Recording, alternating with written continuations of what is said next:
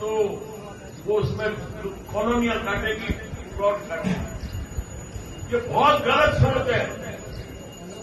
इस बात के लिए भी कोई विचार नहीं करते। हमारे जो जनप्रतिनिधि चुन के जाते हैं वो कहते हैं कि हम तो गांव से, गाय से जुड़े हुए हैं, हमारी जन्मभूमि गांव है, हम धरातल से जुड़े हुए हैं। लेकिन उनके कलम के चलने में इतनी अत्याचार की बदबू आती है कि आपने अधिकारियों के कहने से इस गौचर का महत्व ही खत्म कर दिया। आप एक तरफ तो शहरों के अंदर ग्रीन बेल्ट छोड़ते हो, आप पार्क बनाते हो। अरे ये जो 23,000 बीघा हमारे बीकानेर के अंदर सरे मसाना गौचर 15,000 उत्तरांचल में बची है, ये हमारे बीकानेर शहर के फेफड़े हैं। आज सारे प्रदूषण से इतने प्रताड़ित हैं कि कोई रास्ता नजर नहीं आ रहा। लेकिन जो हमारे बुजुर्गों ने व्यवस्था की है उसको खत्म करने के लिए तुले हुए। हमने सरकार को कई बार लिखित में आगाह कर दिया कि आप गौचर को मत छेड़ो, इससे बड़ा कोई पाप नहीं होगा। आप ओरण के महत्व को समझो, लेकिन समझने वाले नहीं। दिया गया कि कानून और नियम से समाज चलेगा, कभी नहीं चल सकता। पूरी दुनिया में देख लो, अमेरिका से लेके पाकिस्तान देशों से। और इसलिए अब संकट इसलिए आ रहा है कि आपके सामने उदाहरण के पिछली सरकार में एक आदेश जारी हो गया कि जहां जहां गौचर में कब्जे हो गए उनके पट्टे जारी कर दिए। चुनाव नजदीक आए, लोगों का गौ प्रेमियों का विरोध हुआ, आखिर में वो आदेश निरस्त करना पड़ा। पर मुझे दुख के साथ कहना पड़ रहा है कि जिस व्यवस्था से सरकार से हम उम्मीद कर रहे थे कि गौचर के अंदर उस कानून में, राजस्व कानून में एक पिछले दरवाजे से चोरी करने का रास्ता रखा हुआ है कि आप ओरण नदी तालाब जो रिकॉर्ड में दर्ज है आप उसको नहीं छेड़ सकते, नहीं अवाप कर सकते, सुप्रीम कोर्ट के फैसले आ गए।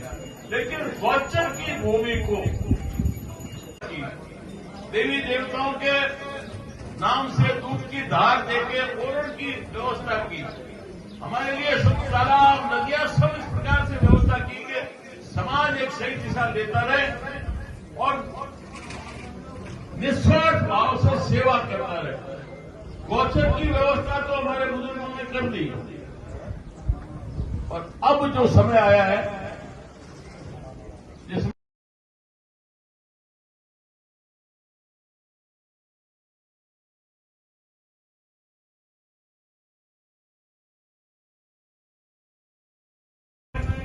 ऋषि मुनियों ने बहुत आगे की सोच के पूरा ज्ञान दिया गौ माता के बारे में, उसका महत्व बताया और उसी के कारण से भारतीय समाज में आज भी संस्कार हैं।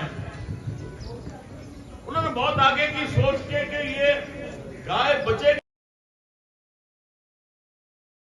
मेरा जन्म तो होता है, आया हूं चला जाऊंगा, कोई जन्म दिवस का ऐसा नहीं है। जितना मुझे पीड़ा है मैं हमारे गौ प्रेमी साथियों से चर्चा करता रहता हूं कि ये कैसा आदेश निकाला है कि जितने भी गौचर है जो सैकड़ों सालों से हमारी बचाई हुई है, हमारे गांव की जो संरचना है, हमारे संस्कार, उन सबको खत्म करने पर तुले हुए।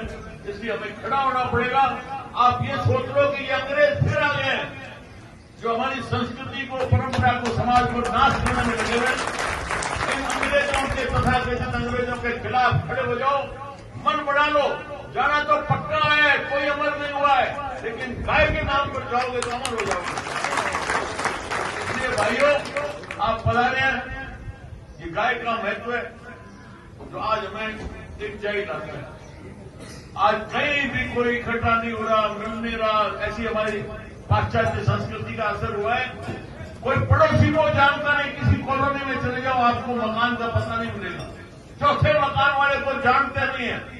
इसलिए स्वामी जी के आशीर्वाद से, गौ माता की कृपा से हमने एक जो स्वामी जी पिछले रविवार से शुरू किया है सामाजिक समरसता।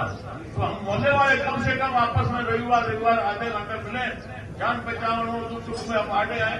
तो ये हम प्रयास करेंगे कहीं भी सार्वजनिक स्थल में मंदिर है तो बारी बारी से सब क्षेत्रों में पहुंच के लोगों को करें। और परसों ही मेरे पास फिर मैसेज आया, जैसे ये हमने चालू किया तो कहीं पुराने शहर से मुस्लिम समाज के कोई प्रतिनिधि थे, उन्होंने कहा साहब हमारे घर से महिलाएं कह रही है कि साहब हमारे लिए भी ऐसी व्यवस्था करो, कम से कम हम मिले तो सही, मिलना जुलना खत्म हो गया।